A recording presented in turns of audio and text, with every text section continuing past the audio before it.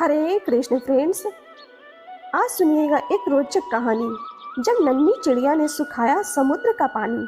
दोस्तों, ये कहानी श्रीमद् भागवत गीता के एक छोटी सी चिड़िया के दृढ़ निश्चय की कहानी है। दोस्तों, ये कहानी श्रीमद् भागवत गीता से एक छोटी सी चिड़िया के दृढ़ निश्चय की कहानी है कि कैसे वह अपने अंडे को पाने के लिए विशाल समुद्र को सुखा देती है। बहुत समय पहले की बात है। एक छोटी सी गौरैया समुद्र के किनारे एक गड्ढे में घोंसला बनाकर रहती थी। वहाँ उस गौरैया ने 2 अंडे दिए। सुबह होते ही वह अपने अंडों को वहाँ छोड़कर दाना चुगने निकल गई। शाम को दाना चुगने के बाद जब गौरैया वापस आई तो उसने देखा कि उसके अंडे वहाँ पर नहीं थे। उसने आसपास देखा परंतु उसे कोई नहीं दिखा।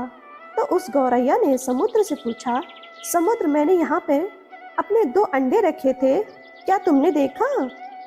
समुद्र, मैंने यहाँ अपने 2 अंडे रखे थे, क्या तुमने देखा? समुद्र इठलाते हुए बोला, तेरे अंडों का मुझे क्या पता। समुद्र के इठलाने से गौरैया को अंदाजा हो गया कि उसके अंडे समुद्र ने ही चुराए हैं। वह समुद्र से बोली, तुम्हारे अलावा यहाँ कोई नहीं है, इसलिए तुम्हें पता है कि मेरे अंडे कहाँ हैं। तुमने ही मेरे अंडे चुराए हैं, अब तुम ही मेरे अंडे वापस करो। गौरैया की यह बात सुनकर समुद्र को हंसी आई और वह अहंकार में बोला, मुझे नहीं पता तुम्हारे अंडे कहाँ हैं, ढूंढ सकती हो तो ढूंढ लो। यह सुनकर गौरैया गुस्से में बोली, मेरे अंडे मुझे वापस कर दो, नहीं तो मैं पूरे समुद्र का पानी सुखा दूंगी।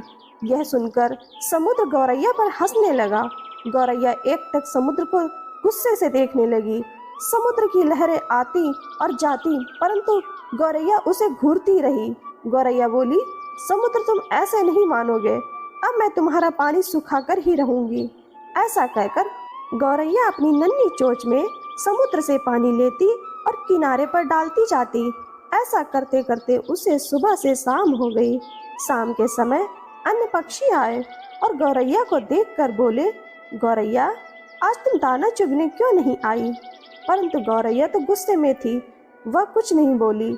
वह अपनी चोंच में समुद्र से पानी लेती और किनारे पर डालती जाती। सभी पक्षियों ने उसे बहुत समझाया कि यह कार्य संभव नहीं है, भला समुद्र का पानी कौन सुखा सकता है। लेकिन गौरैया बोली, मैंने प्रण लिया है कि मैं इस समुद्र का पानी सुखाकर ही रहूंगी, जिससे मेरे अंडे मुझे वापस मिल जाएंगे। ऐसा दृढ़ निश्चय करके वह गौरैया अपने कार्य में लगी रही। जब वह थक जाती तो थोड़ा रुक जाती है और फिर वापस अपने कार्य में लग जाती है।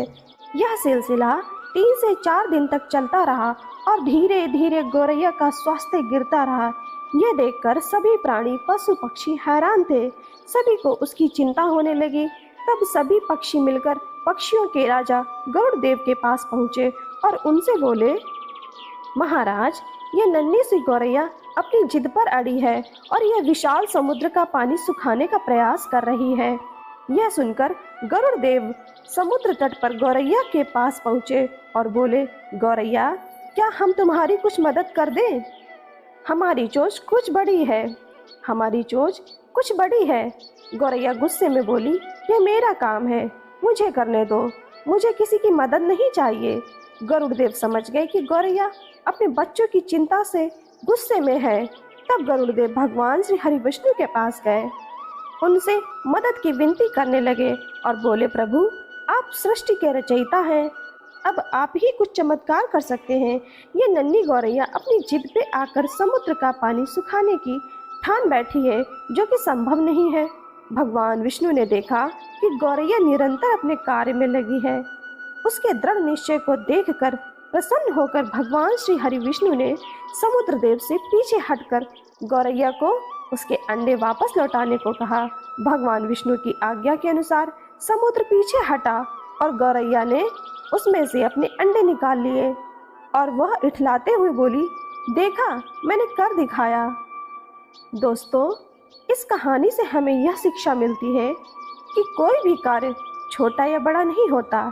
अगर हमें खुद पर भरोसा हो और हम दृढ़ निश्चय कर ले तो असंभव काम भी ईश्वर की मदद से पूर्ण हो जाते हैं, सारे काम संभव हो जाते हैं। आपको ये कहानी कैसी लगी?